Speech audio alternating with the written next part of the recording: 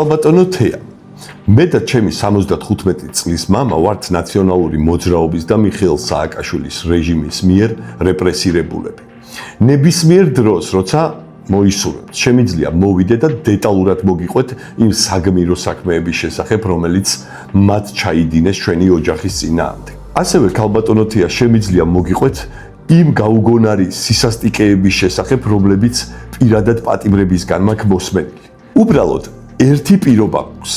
ბოლოს 5 წუთი უნდა დამითმოთ, რათა დეტალურად მოგიყვეთ იმ სისასტიკეების შესახებ, რომელიც თქვენმა არალეგიტიმურმა ხელისუფლებამ განახორციელა ჩემი და ჩემი მეგობრების წინაშე. თქვენ ამ ბოლო დროს ისეთი სამართლიანი ბრძანდებით ეჭვი მაქვს გაბედავთ და კომისიას შექმნით დღევანდელობაზე. აი მაგალითად, შოვში ბავშვები რომ ჩაახჩეთ და მთელი სახელმწიფო მანქანა ჩამოგეშალათ, იქნებ ამაზე შექმნათ საგამოძიებო კომისია.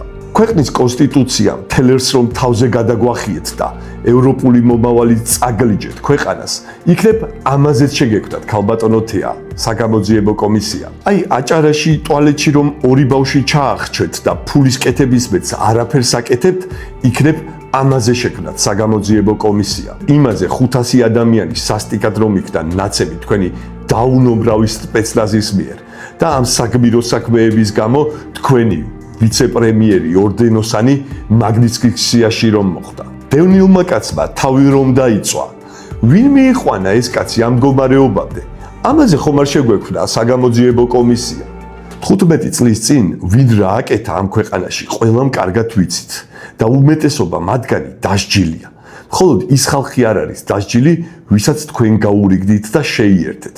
ახლა კი თქვენს ბოსებთან ერთად ფულებს ჭრიან და ქვეყანას მომავალს უკლავენ. ვიცი ვერ გაბედავთ, მაგრამ იცოდეთ, ეს კომისიები აუცილებლად შეიქმნება და ყველა დამნაშავე ლუკმა აგებს პასუხს. დროულად მოიგეთ გონს.